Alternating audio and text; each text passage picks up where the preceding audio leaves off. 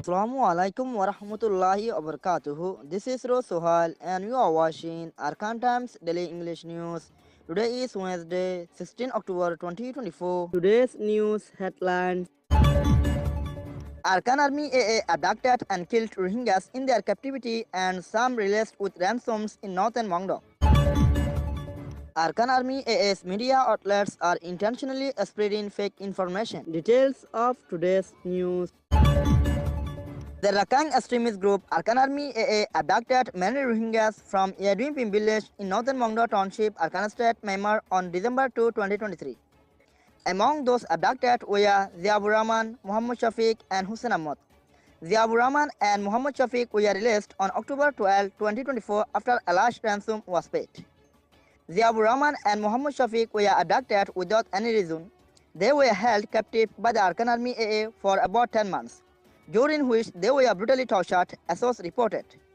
It was further revealed that Hussein Ahmad, who had been abducted along with the other two, was killed while in captivity. Hussein Ahmad was an innocent man who was falsely accused and taken into custody by the Arakan Army AA. He was killed during interrogation, the source added. It has been reported that while Ziabur Rahman and Muhammad Shafiq were released after a significant ransom was paid, others were killed because they could not meet the ransom demands. Some remain in captivity, unable to pay the demanded amount. The source also stated that many innocent people, including underage boys, were abducted by the Arakan Army AA from Yadwimpim village and remain in captivity. Some of these detainees were killed during interrogation, while only a few have been released after paying large sums of money. The source recounted that brutal treatment of Ziabur Rahman and Muhammad Shafiq, including burning of their beards and other parts of their bodies. Members of the Arakan Army AA also poured boiling water on them during interrogation. The Arakan extremist group Arakan Army AA and its media outlets have been accused of spreading false information about the situation in Arakan State, Myanmar.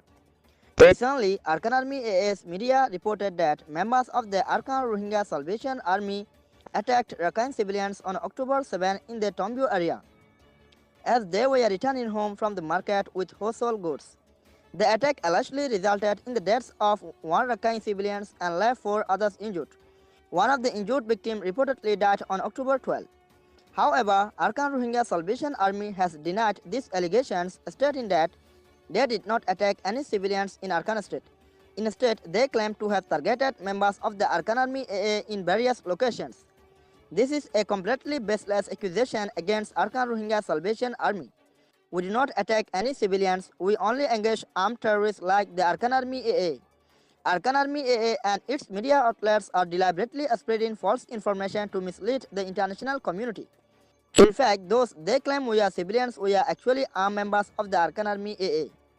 It has been reported that those carrying goods were not carrying them for whom, but were delivering them to members of the Arakan Army AA in base camp in Nangchong and Chauleka villages in northern Mongdo. Additionally, 2 photos of one of the recently died victims who was reportedly injured in the attack have surfaced on social media. The photos appear to show that the individual was not a civilian but a high-ranking officer of the Arakan Army AA, as he is seen wearing an official Arakan Army AA uniform.